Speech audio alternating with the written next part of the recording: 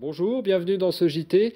La loi littorale a fêté cette année ses 25 ans. Elle est sujet souvent de polémiques, comme sur le chantier de la SICA à Saint-Paul-de-Léon ou encore pour les mobilhomes à Kerlouan.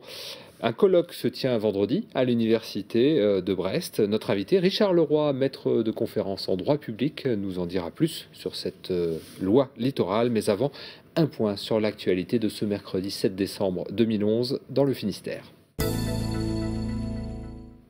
Comment faire passer le message de prévention, notamment quand on parle d'alcool. Au lieu d'images choc, cette année, la préfecture du Finistère a choisi l'humour sous le trait du dessinateur Nono. Pauline Ferco a assisté à la présentation de ces nouveaux visuels. Sourire pour ne pas mourir, c'est la nouvelle politique de la préfecture du Finistère concernant la sécurité routière. L'alcool, responsable de 45% des tués sur la route cette année, est au cœur d'une nouvelle campagne de sensibilisation. Et surprise, c'est le dessinateur Nono qui a dessiné les affiches. Il y a quand même aussi un petit paradoxe, c'est qu'il y a pas mal d'années, j'ai fait un poster qui s'appelait Joe Black et Bars, l'homme qui boit plus vite que son ombre, bon, qui n'était pas spécialement en faveur de cette campagne contre l'alcoolisme, mais voilà, je revendique toujours ce dessin-là. Mais en répétant quand même que voilà, lorsque on boit du bon vin, il y a aussi une responsabilité, n'est-ce pas, qui accompagne donc ce plaisir-là, si on prend un volant d'une voiture, bien évidemment. Pour le nouveau préfet du Finistère, l'humour aurait autant de force que les images choc pour interpeller les automobilistes à la vigilance. Ça n'exclut pas que d'autres formes de prévention puissent être envisagées. Mais en effet, cette forme d'humour peut marquer les esprits. Et donc, je me réjouis de cette initiative qui a été prise. Plus concrètement, côté prévention, les discothèques ont depuis le 1er décembre l'obligation de mettre à disposition des éthylotests gratuits. Éthylotests qui seront aussi obligatoires dans tous les véhicules dès le 1er avril 2012. Plus d'excuses pour ne pas connaître son taux d'alcoolémie avant de prendre la route. L'établissement français du sang lance un appel aux dons. À l'approche des fêtes de fin d'année, l'EFS ne veut pas entrer dans la zone rouge. Explication avec Xavier Patrijon.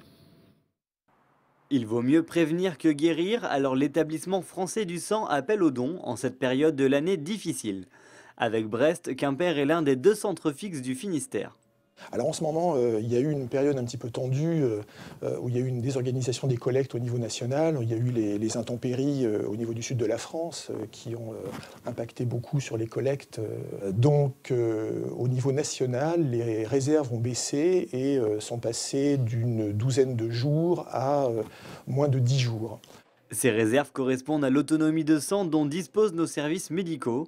Ainsi, l'angoisse de la piqûre et des blouses blanches complique le maintien de ces réserves, même si les Bretons sont parmi les plus courageux, avec 600 dons par semaine. Dans le Finistère et en Bretagne en général, nous sommes une région qui bénéficie d'une grande générosité des donneurs.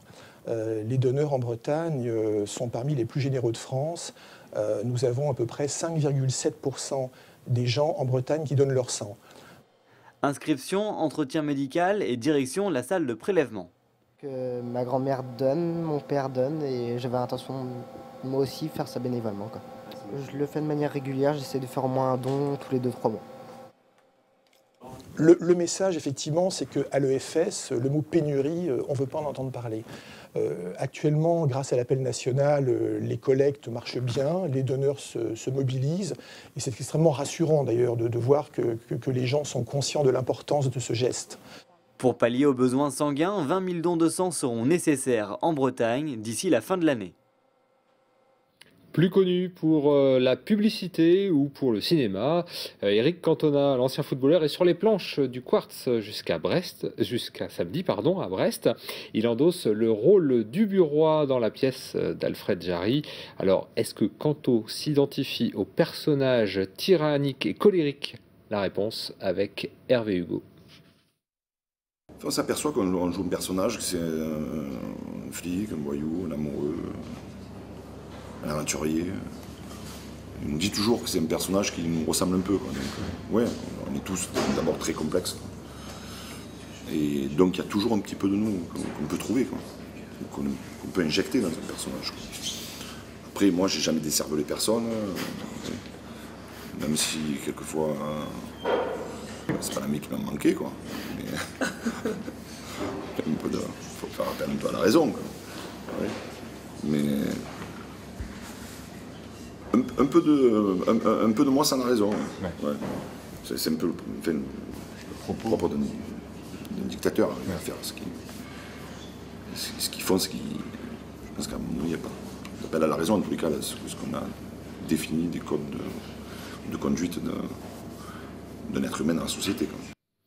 Souvent au cœur de la polémique dans notre département, la loi littorale est une arme pour les uns, une épine dans le pied pour les autres. Un colloque se tient ce vendredi à l'université de Brest. Richard Leroy, bonjour. Bonjour. Vous êtes maître de conférence en droit public à l'UBO et co-organisateur de ce colloque. Alors en 25 ans, la loi littorale a-t-elle permis d'éviter le pire sur le littoral breton notamment?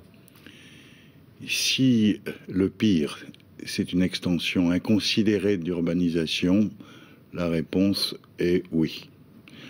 Elle a mis un terme au gigantisme des marinas et resserré, si j'ose dire, l'urbanisation autour des centres. Pourtant, il y a quand même des communes qui sont très très urbanisées, des communes littorales.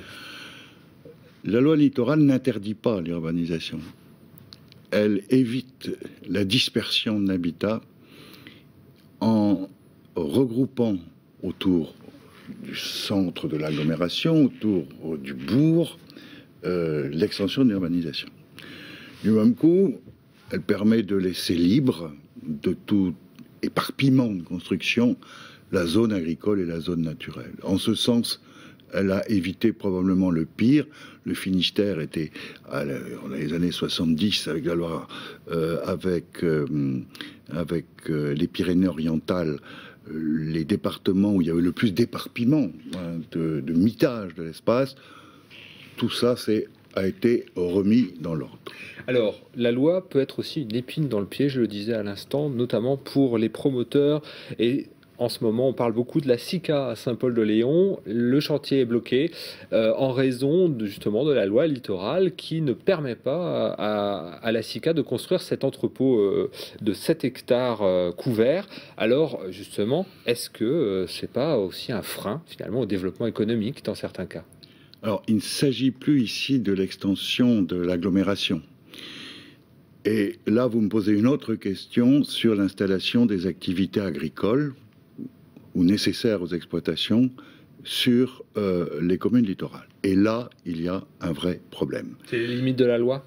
C'est une grande limite de la loi qui me paraît extrêmement importante parce que globalement, sauf en ce qui concerne des installations agricoles dangereuses et au-delà de l'espace proche, tout le reste est interdit. La ferme biologique, les lieux de stockage, le silo, la ferme traditionnelle. Et là, il y a une véritable question agricole qui est posée, qui mérite un vrai débat. Donc ce sera peut-être le cas vendredi à l'université. Ce sera très certainement le cas à l'université. Autre exemple à Kerlouan, les mobil-homes, des gens qui sont installés là depuis des années, puis un jour on leur dit maintenant il faut appliquer la loi alors qu'on a laissé faire peut-être. C'est aussi la question de l'application de la loi. Je ne suis pas sûr. Je crois qu'il y a eu un phénomène social qui date des années 70 où on a installé des mobil-homes un peu ici ou là, où on a enlevé les roues de la caravane qui est devenue une construction. Et c'est vrai que la loi littorale l'interdit. Maintenant, il y a une tolérance qui est établie sur toute la côte finistérienne. Et il est très difficile de revenir sur ce qu'on a accepté, parce qu'en fait, on l'a accepté. Et deuxièmement, il est très difficile de retrouver par la loi littorale des lieux où l'on puisse mettre des mobil-homes.